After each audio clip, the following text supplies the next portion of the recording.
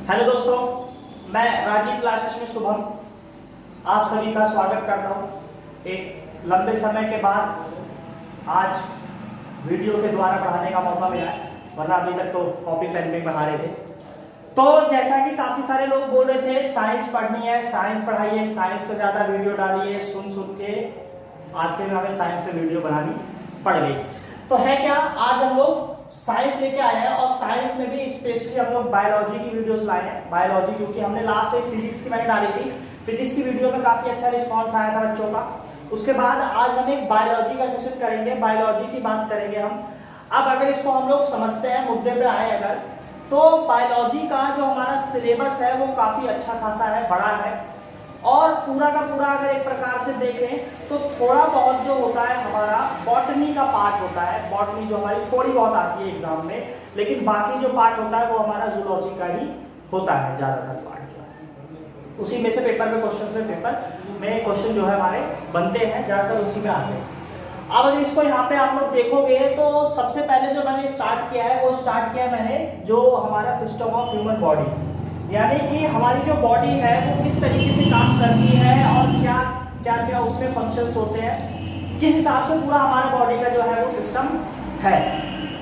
इसको यदि आप देखोगे तो जो हमारी बॉडी का सिस्टम है ये हमारे मेन पार्ट्स में डिवाइड होता है, और एक प्रकार से आप कह सकते हो कि यही जो है वो हमारा पूरा बायोलॉजी का सिलेबस है।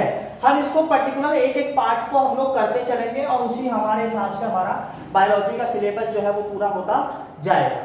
अगर आप इसमें देखोगे तो इसमें हमारा आता है डाइजेस्टिव सिस्टम यानी कि पाचन तंत्र, रेस्पिरेटरी सिस्टम यानी कि श्वसन तंत्र, सर्कुलेटरी सिस्टम यानी कि परिसंचरण तंत्र, एक्सक्रिएटरी सिस्टम यानी कि उत्सर्जन तंत्र, नर्वस सिस्टम यानी कि तंत्रिका तंत्र, स्केलेटन सिस्टम यानी कि कंकाल तंत्र, और रिप्रोडक्शन सिस्टम यानी कि हमारा प्रजनन तंत्र। ये टोटल हमारे बॉडी में जो हमारा जो बॉडी का फंक्शन है इन पे डिपेंड करता है। ये इस तरीके से हमारी पूरी बॉडी फंक्शन करती है।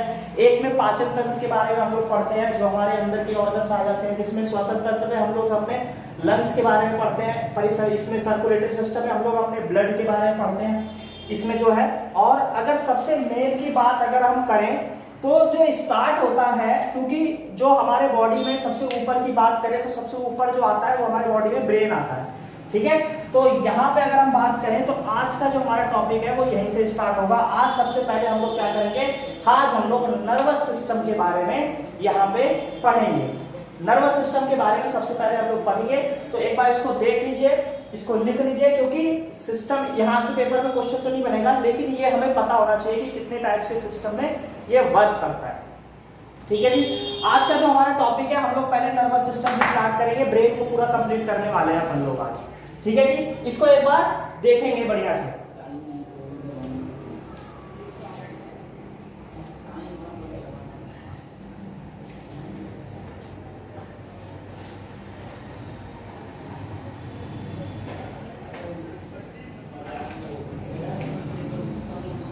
आगे चलेंगे हम, इसमें देखते हैं आगे क्या है। नर्वस सिस्टम के बारे में जब भी हम बात करते हैं उसको पहले समझते हैं। ये 7 सिस्टम तो है ही हमारे, और ये 7 सिस्टम में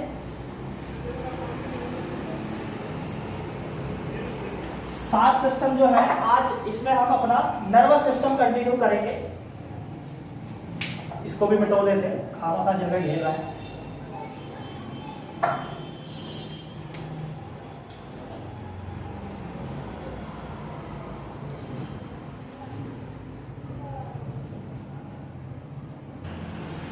तो नर्वस सिस्टम, इसको हम लोग बोलते हैं क्या हिंदी में, तंत्रिका तंत्र की बात करते हैं। सबसे पहले हम लोग ये समझते हैं कि नर्वस सिस्टम होता क्या है, और क्योंकि यहाँ से पेपर में आपको बहुत सारे क्वेश्चंस देखने को मिलेंगे नर्वस सिस्टम के।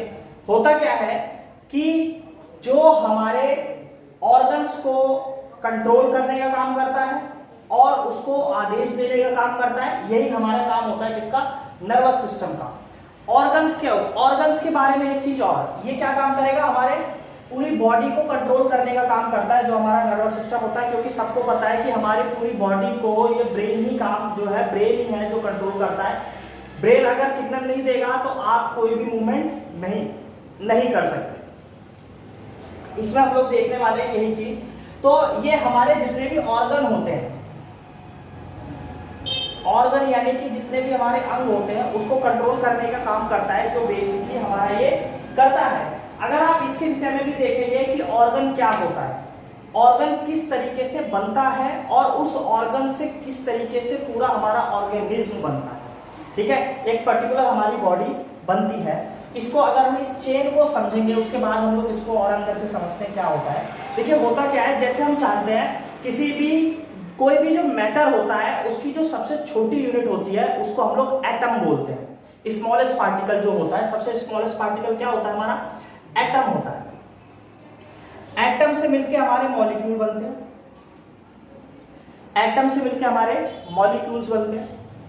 मॉलिक्यूल्स को हम इस तरीके से आप समझ सकते हैं, बॉडी की फॉर्म में अगर बात करें तो ये हमारा हो गया सेल। सेल से अगर हम आगे चले तो हमारा होता है टिश्यूज। टिश्यूज से अगर हम आगे की बात करें तो हमारा बनता है ऑर्गन। ऑर्गन से जब हम आगे चलेंगे तो ये यहां पे हमारा बनता है ऑर्गन सिस्टम। ऑर्गन सिस्टम से हमारा एक कंप्लीट क्या बनता है, ऑर्गेनिज्म। इससे हमारा एक पूरा क्या बनता है, ऑर्गेनिज्म बनता है। इसको बोलते हैं परमाणु, अणु। ये हो गया हमारा कोशिका, कोशिका के बाद हमारे उत्तक, उत्तक से अंग, अंग से अंतंत्र, और इससे ये पूरा हमारा जीव का निर्माण होता है, जो भी हमारे ऑर्गेनिज्म होते हैं। ये इस तरीके से पूरी साइकिल हमारी चलती है, जो हमारा इसमें लाइफ की जो हमारी साइकिल होती है, इस तरीके से हमारा ये बनता है। अब इसमें हम लोग आगे चलेंगे, इसको समझना है अच्छे से। Atom, molecule, cell, tissues. Atom molecule हम लोग मैटर की उसमें भी यूज करते हैं। मैटर सिंपल सी बात यही होती है, मैटर को अगर हम समझे भाई क्योंकि एटम का यूज जो है बॉडी के लिए बहुत कम किया जाता है, एटम और मॉलिक्यूल्स का। सेल से स्टार्ट होती है जो हमारी बॉडी की फॉर्मेशन होती है, लेकिन एटम को हम इस तरीके से समझ सकते हैं कि कोई भी जो मैटर होता है उस मैटर की स्मॉलेस्ट पार्टिकल एटम होता है। एटम को मिला दिया जाए तो हमारे मॉलिक्यूल बनते हैं। लेकिन यहां अगर ये समझे तो मैटर क्या होता है, मैटर का मतलब होता है ऐसी कोई भी चीज जिसके अंदर मास हो और वो जगह घेरता हो। तो उस हिसाब से देखें तो हर किसी वस्तु मास हो गई और जगह घेरेगा, तो इस तरीके से हम इसको यहाँ पे भी समझ सकते हैं। बेसिकली यहाँ से स्टार्ट में करके हम यहाँ से भी करेंगे तो कोई गलती नहीं है इसमें। ठीक है जी, अब इसमें आगे चलते हैं।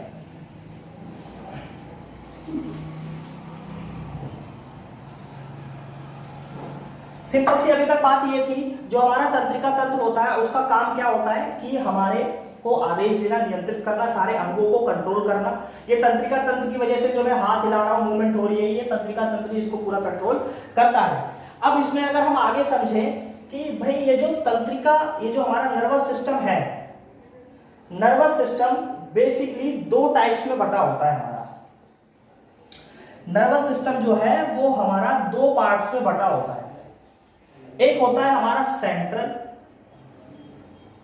एक होता है हमारा सेंट्रल नर्वस सिस्टम, और एक होता है मेरा हमारा पेरिफेरल नर्वस।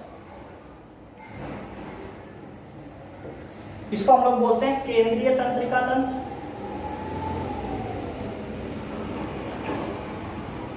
और यहां दूसरा ये जो हमारा होता है इसको हम लोग बोलते हैं परिधीय। अभी सिंपल हमने ये समझा नर्वस सिस्टम क्या है, जो हमारे पूरे ऑर्गन्स को कंट्रोल करेगा। नर्वस सिस्टम हो गया हमारा। नर्वस सिस्टम बेसिकली दो पार्ट्स में डिवाइडेड होता है, एक होता है हमारा सेंट्रल नर्वस सिस्टम और दूसरा होता है हमारा क्या, पेरिफेरल नर्वस सिस्टम, यानी जिसको हम लोग परिधीय तंत्रिका तंत्र बोलते हैं। अब केंद्रीय तंत्रिका तंत्र क्या होता है और ये क्या काम करता है, इसका सिंपल सा काम होता है ऑर्डर देना और कंट्रोल। इसका काम मतलब ऐसे समझ सकते हैं, ये हमें आदेश देने का काम करता है, आदेश देने का और नियंत्रण का। आदेश और नियंत्रण का काम सेम कौन करता है, हमारा सेंट्रल नर्वस सिस्टम जो होता है। कहने का मतलब एक तो ऑर्डर देने का काम करता है और दूसरा हमें कंट्रोल करने का काम करता है। बॉडी को जो हमारी कंट्रोल करता है उस तरीके से ये हमारा काम करता है। दूसरी चीज होती है हमारा जो केंद्रीय तंत्रिका तंत्र होता है, जो सेंट्रल नर्वस सिस्टम है, वो हमारे अनैच्छिक अंगों को भी नियंत्रित करता है। अनैच्छिक अंग जो है, अनैच्छिक अंग के जो कार्य होते हैं उनको भी नियंत्रित करता है। अनैच्छिक अंग जो ऑर्गन होते हैं हमारे, अनैच्छिक अंग कौन से होते हैं, देखिए जैसे हमारा अनैच्छिक अंग, ऑर्गन, ऐसे ऑर्गन जो हमारी इच्छा के अनुसार काम नहीं करे, जैसे इसको हम लोग समझ सकते हैं, किडनी हो गई, लंग्स हो गया, हार्ट हो गया। ये ऐसे ऑर्गन्स हैं जो हमारी इच्छा पे डिपेंड नहीं करते, भाई आप चाहो किडनी आपके हिसाब से काम करे, लंग्स, तो ये हमारे अनैच्छिक अंग आते हैं। इनको भी ब्रेन का एक पर्टिकुलर पार्ट जो है वो कंट्रोल करता है, ठीक है। किडनी का मतलब यहाँ पे जानते हैं वृक्क को बोलते हैं, वृक्क को किडनी बोलते हैं, लंग्स फेफड़े हो गया, और हार्ट तो सब जानते ही हैं, इसको हृदय बोलते हैं, हृदय। तो सेंट्रल नर्वस सिस्टम ये थोड़ा सा इंपॉर्टेंट है, इसको अच्छे से समझना है। सेंट्रल नर्वस सिस्टम का काम सिंपल सा अभी तक क्या होता है यहाँ पे कि ये हमारे को ऑर्डर और कंट्रोल, ऑर्डर और कंट्रोल, ऑर्डर देने का और कंट्रोल करने का काम करता है। अब ऑर्डर देने का काम और कंट्रोल करने का काम सिंपल, सब लोग जानते हैं कि ये सिंपल सा हमारा ब्रेन का ही काम होता है, यानी जो हमारा ब्रेन है वो इस सेंट्रल नर्वस सिस्टम का पार्ट है। समझ में आ रही है बात? भाई ऑर्डर देने का काम है, मैं ब्रेन इस हाथ को ऑर्डर दे रहा है तब ये इस तरीके से मूवमेंट हो रही है इसमें, ठीक है। ये मार्कर मैंने यहाँ रखा, इसको कंट्रोल किया और इसको यहाँ से मैंने उठा लिया, इसकी मूवमेंट हो गई इसमें। तो ये मूवमेंट जो हो रही है वो हमारी सेंट्रल नर्वस सिस्टम के कारण ही हो रही है। तो जो ब्रेन होता है वो हमारा सेंट्रल नर्वस सिस्टम के अंदर आता है। अब दूसरी बात आती है यहाँ पे कि ये क्या है, परिधीय तंत्रिका तंत्र क्या होता है, यानी कि पेरिफेरल नर्वस सिस्टम क्या होगा, ये किस तरीके से काम करता है। अगर इसको समझेंगे तो पेरिफेरल में क्या है कि भाई सेंट्रल नर्वस सिस्टम ये तो हमारा ब्रेन हो गया, लेकिन ब्रेन को हमारे बॉडी के अलग अलग पार्ट से जोड़ना भी तो पड़ेगा। बॉडी के भाई सिग्नल पहुंचाने के लिए ब्रेन सिग्नल पहुंचाएगा, लेकिन वो सिग्नल किसी न किसी रूट के माध्यम से बॉडी के हर पार्ट्स तक पहुंचता है, ठीक है।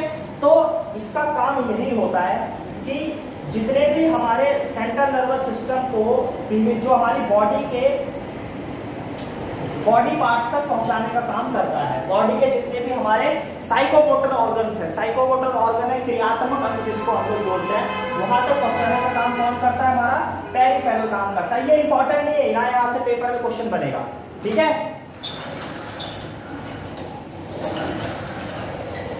ना, यहाँ से क्वेश्चन बनेगा और ना कि ये बहुत ज्यादा इंपॉर्टेंट है, ठीक है जी। इसको समझना क्या है कि सेंट्रल नर्वस सिस्टम को बॉडी के जो साइकोमोटर ऑर्गन्स होते हैं, जो क्रियात्मक अंग होते हैं, उस तक पहुंचाने का, वहां तक जोड़ने का काम कौन करता है, हमारा परिधीय तंत्रिका तंत्र करता है, यानी कि पेरिफेरल नर्वस सिस्टम करता है, जो हमारा अभी तक हमने इसको अच्छे से समझा है।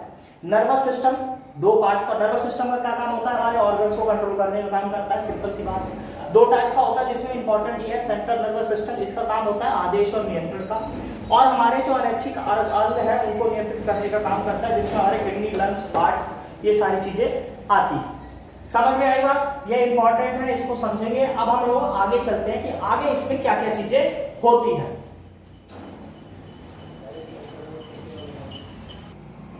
ठीक है जी, तो अभी हमने इतनी चीजें समझी है, अब हम लोग आगे चलते हैं कि आगे का इसका क्या है, क्या क्या चीजें इसमें और होती हैं, उसको समझते हैं अच्छे से।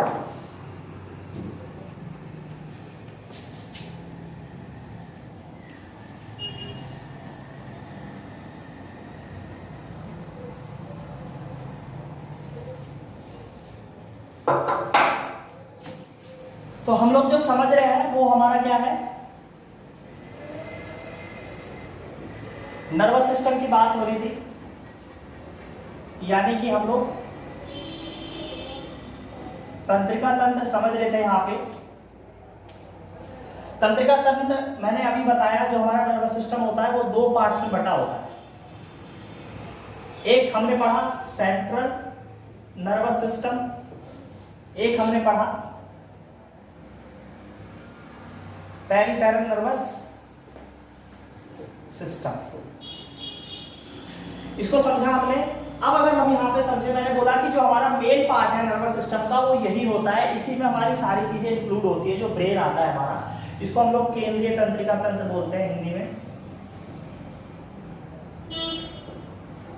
केंद्रीय तंत्रिका तंत्र बोलते हैं। अब अगर यहाँ पे अगर हम समझे तो ये जो केंद्रीय तंत्रिका तंत्र होता है ये भी हमारा दो पार्ट्स में बटा होता है।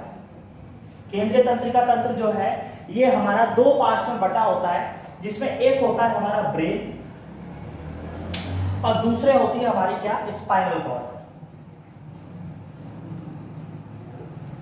यानी कि इसको अगर हम समझेंगे तो मस्तिष्क, और ये हमारा क्या होता है, मेरुरज्जु। ये हमारे मेन पार्ट होते हैं ब्रेन के, और यही हमें अब पढ़ना है। तो इस डायग्राम को थोड़ा सा समझेंगे, और समझेंगे पहले ये, क्योंकि पेपर में क्वेश्चन आता है कि जो हमारा मस्तिष्क है वो तंत्रिका तंत्र के किस भाग के अंदर आता है। ठीक है जी, तो ये थोड़ा सा इंपॉर्टेंट है, इसको समझेंगे। ठीक है, और ये जो ऐसे क्वेश्चन है ना, ये ज्यादातर जो है एसएससी पूछती है और छोटे एग्जाम्स में नहीं बनते, क्योंकि इतना गहराई में क्वेश्चन वही पूछती है। तो इसका मतलब क्या है कि नर्वस सिस्टम हमारा दो पार्ट से बटा है, और जो ब्रेन और स्पाइनल कॉर्ड हमारे आते हैं वो हमारे सेंट्रल नर्वस सिस्टम का पार्ट है। यहाँ की इसकी बात हम लोग नहीं कर रहे हैं, अभी इसकी बात हम लोग नहीं कर रहे हैं। हम लोग अभी किसकी बात कर रहे हैं, केवल ब्रेन की बात कर रहे हैं। ठीक है जी, ये इसको समझना है हमें और इसको बनाना है।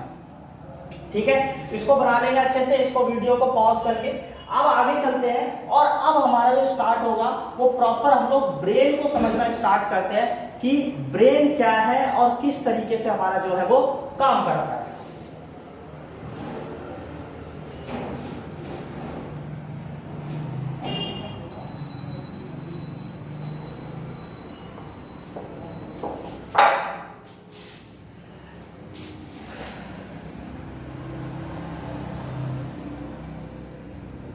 ब्रेन की बात जब हम लोग करेंगे अब, तो ब्रेन में पहले छोटी छोटी कुछ फैक्ट है उसको समझते हैं, फिर ब्रेन कितने पार्ट्स में बटा होता है, कौन से पार्ट का कौन सा काम होता है, इसको भी हम लोग क्या करेंगे, समझेंगे। तो ब्रेन की हम लोग बात कर रहे हैं, यानी ये मस्तिष्क की बात कर रहे हैं, ये हमारे पूरी बॉडी को कंट्रोल करने का काम करता है। और अगर हम देखें तो हम लोग जानते हैं कि हमारी बॉडी में ऑक्सीजन की मात्रा होती है। ब्रेन जो है, ब्रेन को सबसे ज्यादा ऑक्सीजन कंज्यूम करता है। जो हमारा ब्रेन होता है, ब्रेन हमारा 20% के समथिंग जो है वो ऑक्सीजन कंज्यूम करता है हमारी टोटल बॉडी का। 20% हमारा ब्रेन को ही चाहिए होती है, जो ऑक्सीजन चाहिए होती है। दूसरी बात, अगर हम इसके वेट की बात करें, देखिए वेट जो बताया जाता है वो अलग अलग होता है। वैसे जो है ब्रेन का वेट या किसी भी ऑर्गन का जो वेट होता है तो वो हमारे बॉडी वेट पे भी डिपेंड करता है, कि जो बॉडी का वेट है उसका रेशियो पे उसके पे डिपेंड करता है वो। लेकिन अगर हम यहाँ समझें, जो ब्रेन का वेट होता है वो 1.36 केजी से लेके 1.46 केजी के अराउंड में होता है। कभी कभी क्या है, पाउंड में भी पूछ लिया जाता है, तो लमसम 3 पाउंड के आसपास ये हमारा ब्रेन का वेट होता है। पेपर में पहले ये आता था, लेकिन अब जो पेपर में आ रहा है, अगर पूछ ले न्यू बॉर्न बेबी का, अगर वो पूछ ले कि भाई जो हमारा न्यू बॉर्न बेबी होता है उसका जो एवरेज वेट है वो कितना होता है, तो यहाँ पे आपको ध्यान रखना है कि 350 से 400 ग्राम जो न्यू बॉर्न बेबी होता है उसका वेट होता है।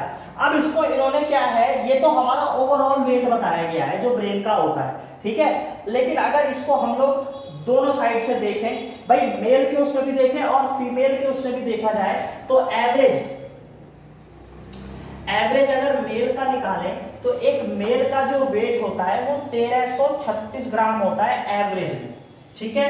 और अगर इसी को हम फीमेल में देखेंगे, फीमेल के अगर ब्रेन का वेट हम देखें तो वो लमसम होता है 1198 ग्राम, यानी 1198 ग्राम के आसपास जो हमारा फीमेल का जो ब्रेन का वेट है वो कम होता है। और लेकिन एक चीज इसमें और समझनी होती है कि जो हमारा ब्रेन का वेट होता है वो एज बढ़ने के साथ साथ हल्का हल्का जो है उसमें डिक्रीज होता है। जो ब्रेन का वेट है वो एक पर्टिकुलर लेवल पे आके फिर घटना स्टार्ट हो जाता है, ठीक है। जैसे न्यूबॉर्न बेबी का तो इतना होता है, लेकिन वो एज बढ़ेगी तो उसका ब्रेन का वेट बढ़ता है, लेकिन एक पर्टिकुलर एज के बाद वो डिक्रीज होना स्टार्ट हो जाता है, ठीक है जी। तो ये हमें अभी क्या समझा हमने कि ब्रेन जो है वो हमारा ऑक्सीजन कंज्यूम करता है, अराउंड 20% के आसपास ऑक्सीजन कंज्यूम करता है। और दूसरी बात, हम अपनी पूरी लाइफ में जो एक नॉर्मल व्यक्ति होता है जैसे कि आप है या कोई भी व्यक्ति है जो काम करता है, जॉब कर रहा है, पढ़ रहा है, लिख रहा है, कुछ भी ऐसा काम कर रहा है पूरी लाइफ में, वो अपने ब्रेन का पूरी लाइफ में 4% ही यूज करता है।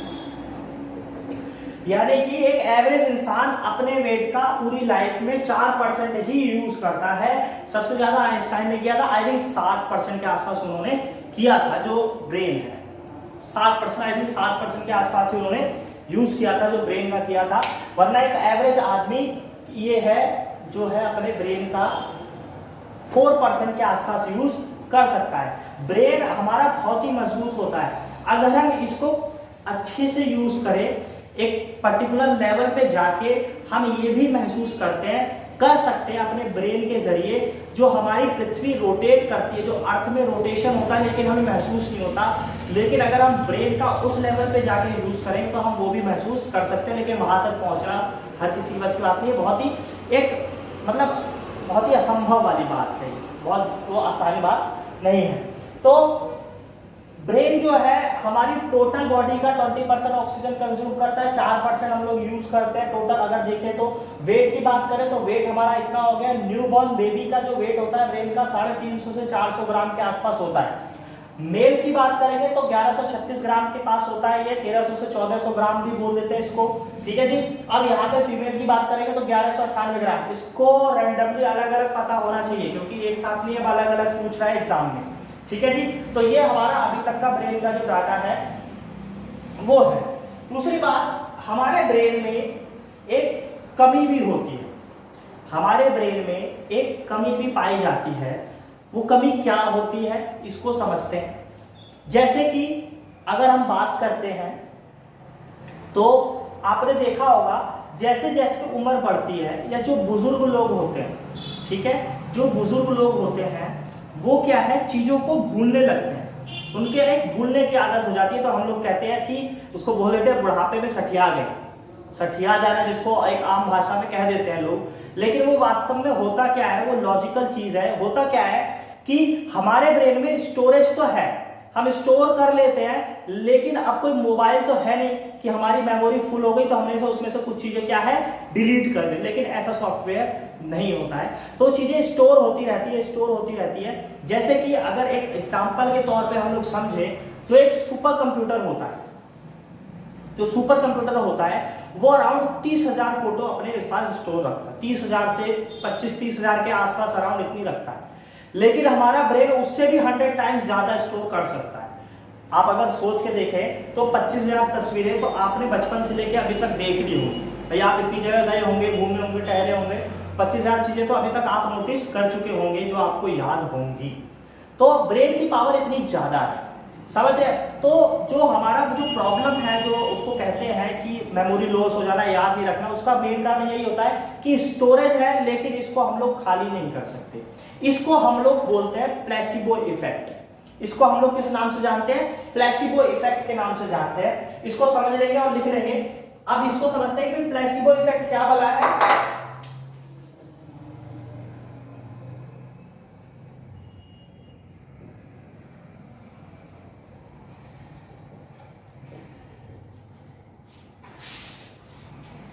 इसको हम लोग समझते हैं कि प्लेसिबो इफेक्ट क्या होता है। प्लेसिबो इफेक्ट का क्या सेंस है। प्लेसिबो इफेक्ट इसको समझ सकते हैं, एक तो मैंने जो ये बुजुर्गों वाला एग्जांपल दिया, और दूसरी चीज क्या होती है, जो हमारा ब्रेन है वो सच और झूठ के बारे में पता नहीं लगा पाता कि कौन सा एक्सीडेंट सच है और कौन सा एक्सीडेंट जो है हमारा वो झूठ है। एग्जाम्पल के तौर पे अगर आप समझें तो यदि आप सो रहे हैं और सोते सोते आपने कोई डरावना जो है सपना देख लिया, आपने डरावना सपना देखा होता है लेकिन चीखते आप कैसे हैं, हकीकत में कोई इमोशनल चीज सपने में हो रही है तो आप रोते हैं, तो आंसू जो है आपके वो रियल में निकलते हैं। सपने में कोई भी ऐसी चीज घटना घटती है तो उसका जो रिएक्शन होता है हमारी बॉडी में वो एक्चुअल में होता है। तो इसको हम लोग क्या बोलते हैं कि ब्रेन, हमें पता है भाई वो सपना है, वो सब चीज नहीं, लेकिन उसके बाद भी हमारी बॉडी जो है उसी हिसाब से जो है रिएक्ट करती है। हमारी जो वो होते हैं हमारी बॉडी में रिएक्शन उसी टाइप से होते हैं। तो इसको हम लोग प्लेसिबो इफेक्ट बोलते हैं। जो हमारा ब्रेन है वो सच और झूठ का डिफरेंस नहीं कर पाता है। समझ में आ रही बात? इसको सच और झूठ का डिफरेंस ना कर पाने की कंडीशन को ही इसको हम लोग बोलते हैं क्या? प्लेसिबो इफेक्ट बोलते हैं इसको। ठीक है जी।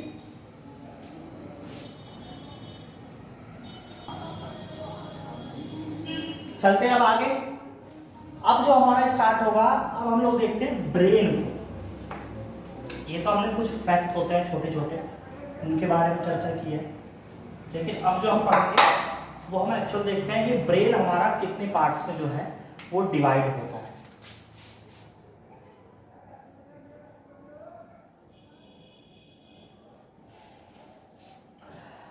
ब्रेन जो है वो हमारा जो बेसिकली है 3 पार्ट्स में डिवाइड होता है।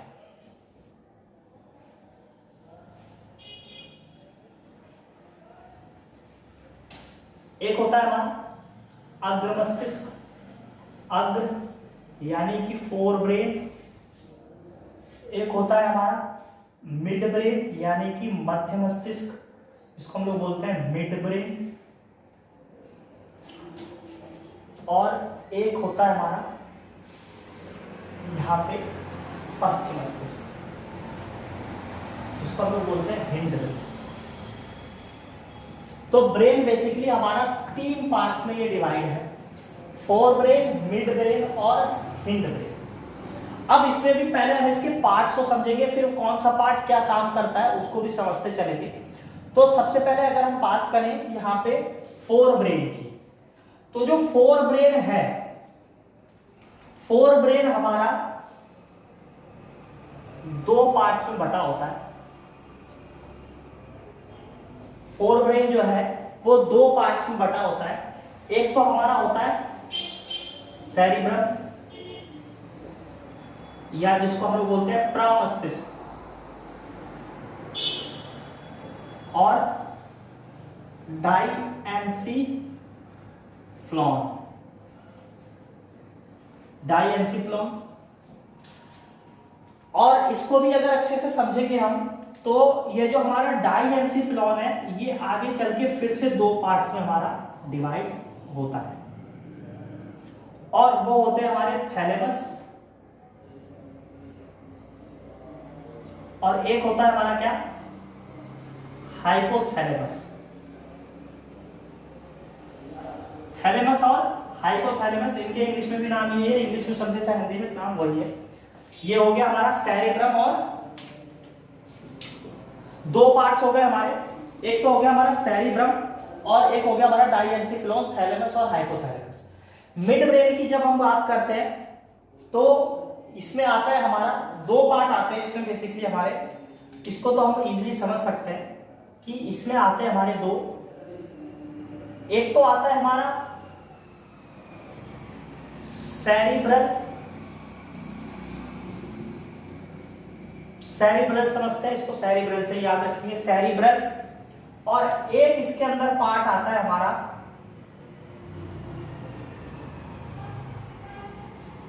क्वार्को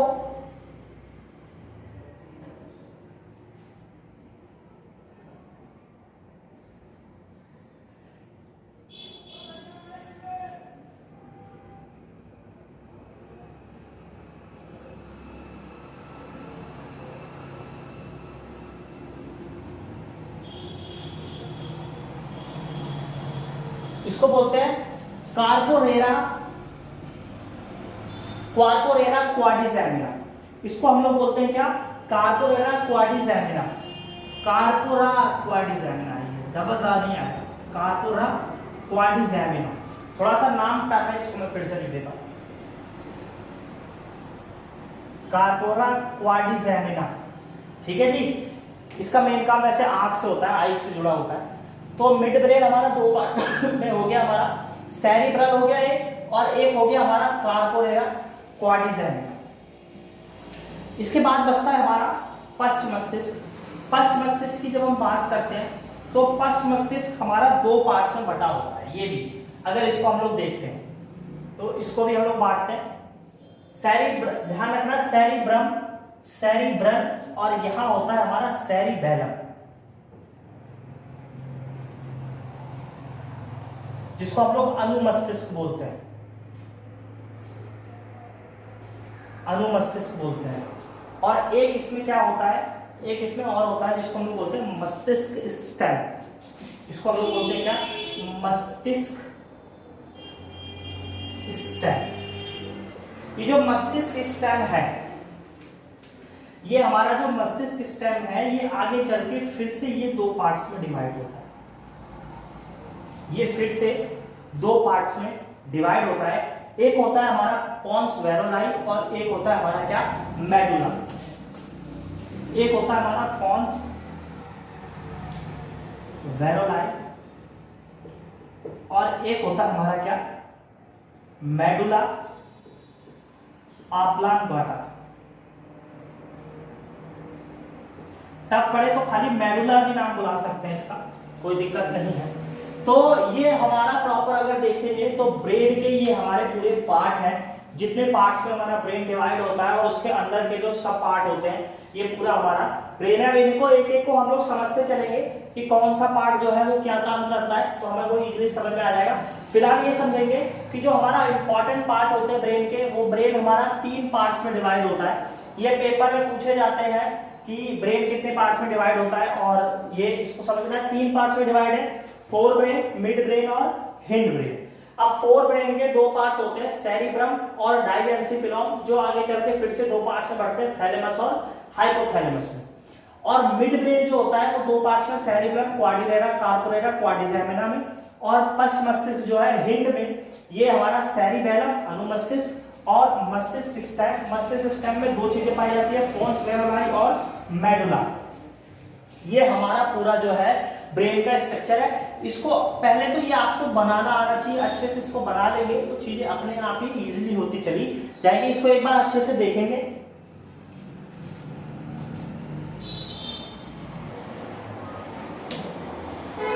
तो ये अभी हमने पूरा ब्रेन को के जो पार्ट है उनके बारे में पढ़ा।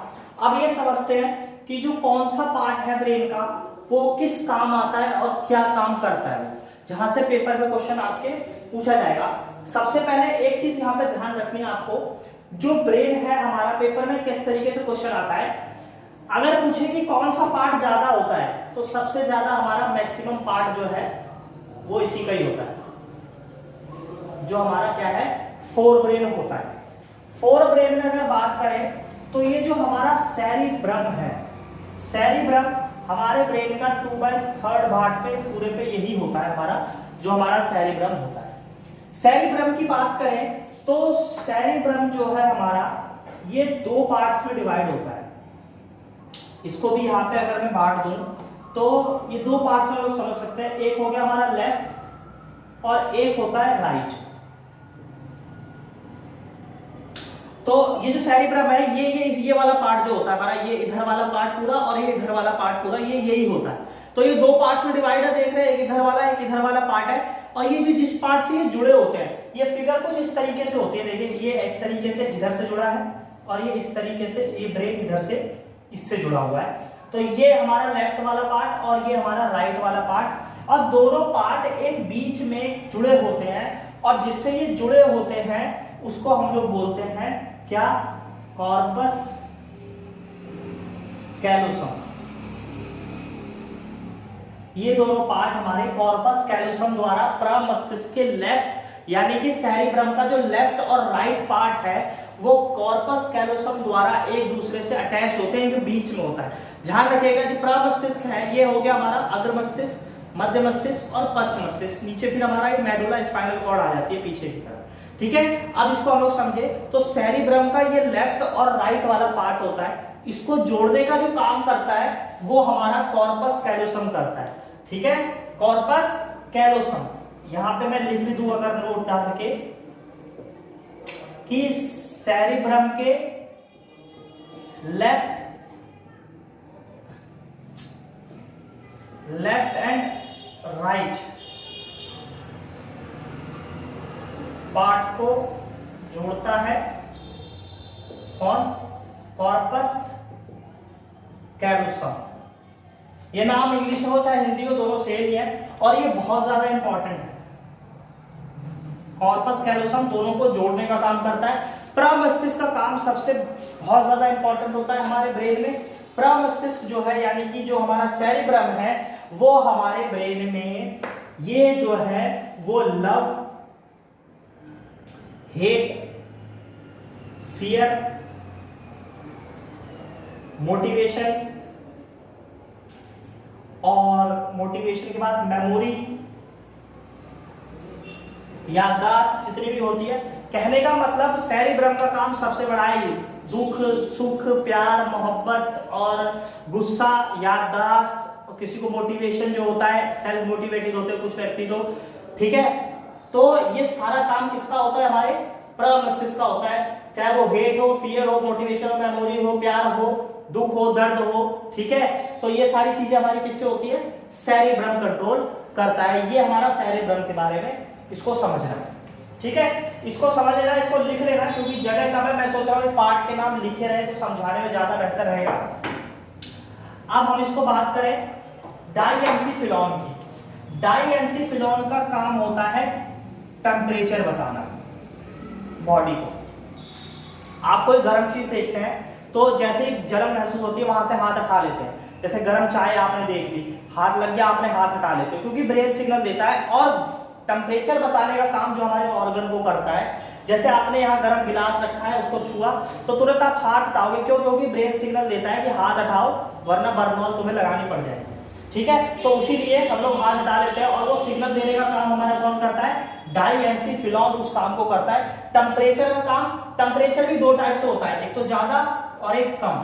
तो थैलेमस और हाइपोथैलेमस, हाइपोथैलेमस हमें ज्यादा टेम्परेचर और कम टेम्परेचर की बात करते हैं। हाइपोथैलेमस जो है वो हंगर का भी बताता है हमें, ये जो है भूख लगने के बारे में भी बताता है। जब हमें भूख लगती है तो हमारे ब्रेन से सिग्नल मिलता है भाई भूख लग रही है, खाना खाना चाहिए, तो वो भी हमारा कौन करता है, हाइपोथैलेमस का ही काम होता है, ठीक है। और डाईएनसीफिलॉन रोना और दर्द, क्योंकि दर्द होगा, रोता है व्यक्ति, तो ये सारी चीजें भी कौन कंट्रोल करता है, डाईएनसीफिलॉन। इसमें इंपॉर्टेंट क्या है, ध्यान रखना कि डाईएनसीफिलॉन जो है टेम्परेचर को नियंत्रित करता है, अगर कम होता है तो थैलेमस बताता है, हाइपोथैलेमस की का बात आती है तो वहां पे क्या है हमारा ब्रेन, ये हाइपोथैलेमस ज्यादा टेम्परेचर के विषय में बताता है, ठीक है। ये हमारा ज्यादा टेम्परेचर बताएगा, हमको सिग्नल देगा, ये जो हमारा कम टेम्परेचर के विषय में हमें सिग्नल देता है।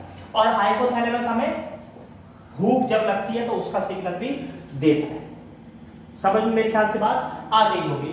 कॉर्पोरेरा क्वाड्रिसेमिना, कॉर्पोरेरा क्वाड्रिसेमिना ये हमारी बॉडी में एक मेन काम करता है। इसका मेन काम होता है हमारा देखने प्लस सुनने, इन दोनों को कंट्रोल करता है। कुल मिला के जो, अब इसको हम लोग समझे तो हम लोग सीधे आ गए मिड ब्रेन पे। मिड ब्रेन की अगर बात देखें तो मिड ब्रेन का मेन काम यही होता है। ये हमारा जो मिड ब्रेन है ये सीधे सीधे हमारी आंखों से कनेक्टेड होता है।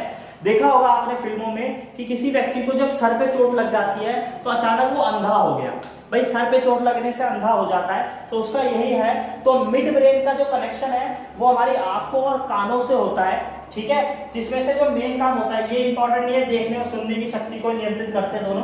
क्वार्पोरेरा क्वाड्रिसेमिना की जब बात करते हैं तो क्वार्पोरेरा क्वाड्रिसेमिना हमारी आई और ईयर दोनों को कंट्रोल करने का काम करता है ब्रेन के अंदर। उसके बाद हम लोग जो है आते हैं यहाँ पे हमारे इसमें क्या बोलते हैं, हिंड ब्रेन में। हिंड ब्रेन की अगर जब हम बात करते हैं, इसको लिख लेंगे जितना आपको लिख रहा है, उसको वीडियो को पॉज करके भी लिख सकते हैं आराम से। हम बात करते हैं सेरिबेलम की।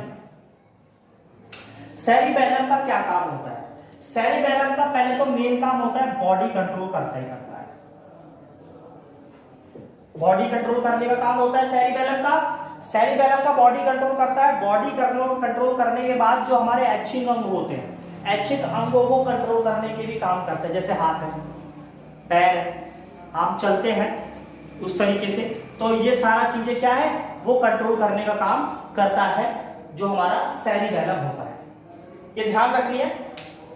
और उसके बाद आते हैं हम लोग, इसमें दूसरा पार्ट है हमारा ये मस्तिष्क स्टेम, जिसमें से सबसे पहला आता है पोन्स वेरुलाई। पोन्स वेरुलाई की जब हम बात देखते हैं तो ये जो है हमारे रेस्पिरेटरी सिस्टम को कंट्रोल करता है। ये हमारा क्या करता है, रेस्पिरेटरी सिस्टम को कंट्रोल करता है, यानी कि श्वसन तंत्र को कंट्रोल करने का काम करता है। सांस जब हम लेते हैं उसके लिए हम लोग काम करते हैं। पेपर में पूछा भी जाता है, ये इंपॉर्टेंट है कि रेस्पिरेटरी सिस्टम को कंट्रोल करने का काम कौन करता है। ठीक है जी। दूसरी बात, लास्ट जो इसमें बचता है वो हमारा आता है कौन, मेडुला की हम बात करते हैं। मेडुला ऑब्लांगेटा इसका पूरा नाम होता है वैसे। इसकी जब हम बात करते हैं तो मेडुला का काम क्या होता है, मेडुला का सबसे इंपॉर्टेंट काम होता है जो हमारा रिफ्लेक्स एक्शन होता है उसको नियंत्रित करना, और जो हमारे अनैच्छिक जो हमारे अंग होते हैं उनको नियंत्रित करने का काम कौन करता है, मेडुला करता है। अनैच्छिक अंगों में जानते हैं किडनी, लंग्स, हार्ट, ये सारे आते हैं। रिफ्लेक्स एक्शन का मतलब क्या होता है, रिफ्लेक्स एक्शन ऐसे एक्शन होते हैं जिसमें ब्रेन का कोई रोल नहीं होता। रिफ्लेक्स एक्शन जैसे पलके झपकना, ये रिफ्लेक्स एक्शन में आता है। छींकना रिफ्लेक्स एक्शन में आता है। रिफ्लेक्स एक्शन को बोलते हैं प्रतिवर्ती क्रिया। इसको यहां समझते हैं, ये हम लोग पढ़ रहे हैं रिफ्लेक्स एक्शन। रिफ्लेक्स एक्शन की बात कर रहे हैं, प्रतिवर्ती क्रियाएं। मेडुला जो है वो शरीर के पीछे स्पाइनल कॉर्ड से कनेक्टेड होता है। अगर इसको देखेंगे मेडुला, तो इसका मेन काम क्या होता है, रिफ्लेक्स एक्शन को कंट्रोल करता है। ये बहुत ज्यादा इंपॉर्टेंट है पेपर के लिए। ठीक है, रिफ्लेक्स एक्शन कौन से एक्शन होते हैं जिसमें हमारा ब्रेन का रोल नहीं होता उन घटनाओं में, जैसे पलके झपकना, छींकना और जमाई लेना। वैसे जमाई हम लेते हैं, वैसे अधिकतर बोला जाता है साइंस की टर्म में कि जमाई हम तब लेते हैं जब बॉडी में ऑक्सीजन की कमी होती है। ठीक है, जैसे पढ़ते पढ़ते अधिकतर हमें जमाई आती है, जैसे बैठ, तो इसीलिए कहते हैं कि पढ़ते कंटिन्यू बैठ पढ़ना नहीं चाहिए, बैठ के पानी वानी पीते रहना चाहिए। यहाँ पे जमाई आना जो है, जमाई आना भी हमारा किस में आता है, रिफ्लेक्स एक्शन में आता है। पलके झपकना, खाने की कोई चीज देख के मुंह में पानी आना, ये भी जो है हमारा रिफ्लेक्स एक्शन में ही आता है। ये सारे एग्जांपल आपको लिखने हैं, बताया था इसको क्योंकि एग्जाम पूछा जा सकता है। छींकना और खांसना, उल्टी करना, ये भी हमारा रिफ्लेक्स एक्शन में ही आता है। उल्टी हो गई, छींकना, खांसना, पलके गिराना, मुंह में पानी आना। ठीक है, और ये सारे हमारे जो है वो रिफ्लेक्स एक्शन है जिसको हमारा कंट्रोल करता है कौन, मेडुला कंट्रोल करता है। ये हमारा पूरा ब्रेन है जो मैंने आपको बताया है। इसको अच्छे से समझना है आपने, और अच्छे से समझने के बाद कोई अगर डाउट हो तो कमेंट करना है ताकि मैं उसको आपको सॉल्व कर सकूं। एक बार इसको ब्रीफ देखते जल्दी से। सेरिब्रम मेन काम उसका होता है मेमोरी का काम, जितनी भी चीज आप पढ़ रहे हो सब स्टोर हो रही है वहीं पे। प्यार, मोहब्बत, दुख, दर्द जो भी है सब वहीं पे जा रहा है। दो पार्ट्स में होता है, लेफ्ट राइट, कॉर्पस कैलोसम द्वारा दोनों पार्ट से ये कनेक्टेड होता है। दूसरी बात आती है डाईएंसिफिलॉन, टेम्परेचर की बात करता है। टेम्परेचर कम ज्यादा का पता लगाते हैं, इससे बॉडी को पता चलता है। ऑर्गन जो है हमारे, रोना, दर्द, इसको बताता है। हाइपोथैलेमस भूख लगने की और इंडिकेट करता है, जब भूख लगती है तो काम करता है। मिड ब्रेन का मेन काम होता है, आई और ईयर से कनेक्ट होता है, देखने और सुनने का काम करता है। ये दोनों का काम यही हो गया, खत्म। अनुमस्तिष्क बॉडी कंट्रोल करता है, और अच्छी अंग जो होते हैं हमारी अच्छी क्रियाओं को नियंत्रित करता है। अच्छी क्रियाएं जानते ही हैं, इसमें जैसे हाथ हिलाना, ये अच्छी क्रियाएं हैं। लेकिन मैं चाहूँ अभी रुक जाए तो नहीं रुकेगा वो। लंग्स, किडनी, लीवर, वो अच्छी अंग में नहीं आता है। ठीक है, तो यहाँ पे अगर दूसरी बात देखेंगे, मस्तिष्क सिस्टम, पॉन्स वेरोलाई जो हमारे रेस्पिरेटरी सिस्टम को कंट्रोल करता है। पॉन्स वेरोलाई जो होता है रेस्पिरेटरी सिस्टम कंट्रोल करेगा। और लास्ट हमारा बचता है मेडुला। मेडुला हमारे रिफ्लेक्स एक्शन को कंट्रोल करता है, जो कि ब्रेन के साथ स्पाइनल कॉर्ड से कनेक्टेड होता है, सिग्नल पहुंचाने का काम करता है। और यहाँ पे मेडुला रिफ्लेक्स एक्शन सिंपल सी बात है, जिसमें ब्रेन का कोई रोल नहीं होता। ऐसे एक्शन को रिफ्लेक्स एक्शन यानी कि प्रतिवर्ती क्रियाएं कहते हैं, जैसे छींकना, खांसना, पलके गिराना, मुंह में पानी आना, ये सारे हमारे क्या है, रिफ्लेक्स एक्शन होते हैं। इसको समझना है, और ये मैंने पूरा आपको बताया है, इसको देख लीजिए।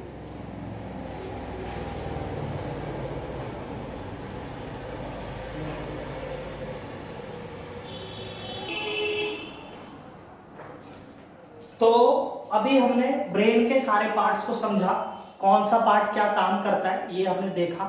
लास्ट जो है इसमें ब्रेन में छोटा टॉपिक है जो इसमें पूछा जाता है, ब्रेन में पूछा गया, नहीं भी पूछा गया, बहुत ज्यादा इंपॉर्टेंट नहीं, लेकिन पूछ लेगा तो इसलिए रिस्क नहीं लेंगे, उसको भी समझ लेते हैं कि देखिए ये जो ब्रेन है इस तरीके से कुछ, तो ब्रेन जो है हमारा किसी ना किसी, ऐसा नहीं है कि हम इसको स्कल को हटाएंगे और सीधे हमारा ब्रेन आ जाएगा। काफी सारी लेयर्स भी इसके अंदर होती है, और सबसे जो हमारा ब्रेन का जो पार्ट है वो जिसके अंदर, जिस लेयर के अंदर बंद होता है, जिसको हम लोग बोलते हैं एक कवच टाइप, जिसके अंदर जो उसको प्रोटेक्ट करने का काम करता है बाहरी आघात से, एक लेयर होती है जो होती है हमारी क्रेनियम।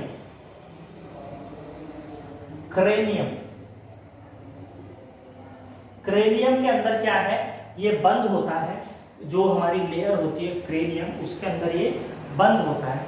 और उस लेयर, इस लेयर से आगे थोड़ा बढ़ते हैं, उसके बाद ब्रेन में 3 लेयर और पाई जाती है, 3 लेयर और पाई जाती है, जिसके अंदर ये और होता है।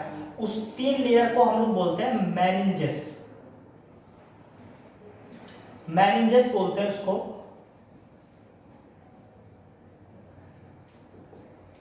ठीक है जी, ये तो वो है जिसके अंदर हमारा ब्रेन जो है सेफ होता है सबसे, जो इसके ब्रेन, इसके बाद हमारा ब्रेन स्टार्ट होता है। ठीक है, अब मेनिंजेस जो होती है इसमें, ये हमारा 3 पार्ट्स बटा हुआ, 3 लेयर होती है, और हमारे इसमें ब्रेन में एक होती है, इसको बोलते हैं बाहरी, मध्य, ठीक है, और आंतरिक। इसको हम लोग समझते हैं एक्सटर्नल, मिडल हो गई लेयर, और ये हमारी हो गई इंटरनल।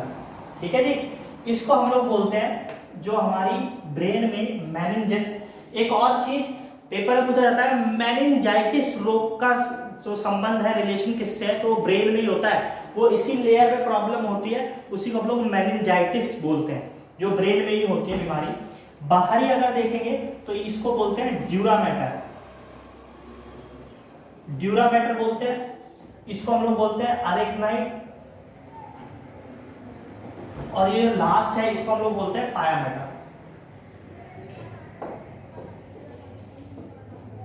ये हमारे 3 चीजें होती हैं जो ब्रेन की, हमारे 3 लेयर होती हैं। ब्रेन जो है वो हमारा इस लेयर के अंदर बंद होता है, इसके बाद 3 लेयर और पाई जाती है इसमें, जिसको मेनिंजेस बोलते हैं, वो 3 पार्ट्स में डिवाइड होती है, ड्यूरामेटर, आर्केनाइड और पायामेटर। तो ये हमने अभी ब्रेन को पूरा समझा है। इसको पढ़ें, वीडियो को लास्ट तक देखें, शेयर करें ज्यादा से ज्यादा, चैनल को सब्सक्राइब करें, लाइक करें, कोई प्रॉब्लम हो तो कमेंट करें, आगे कौन सा टॉपिक आप पढ़ना चाहते हैं वो बता सकते हैं कमेंट में। शेयर करें, वीडियो अच्छी आए तो लाइक, शेयर और कमेंट जरूर करें।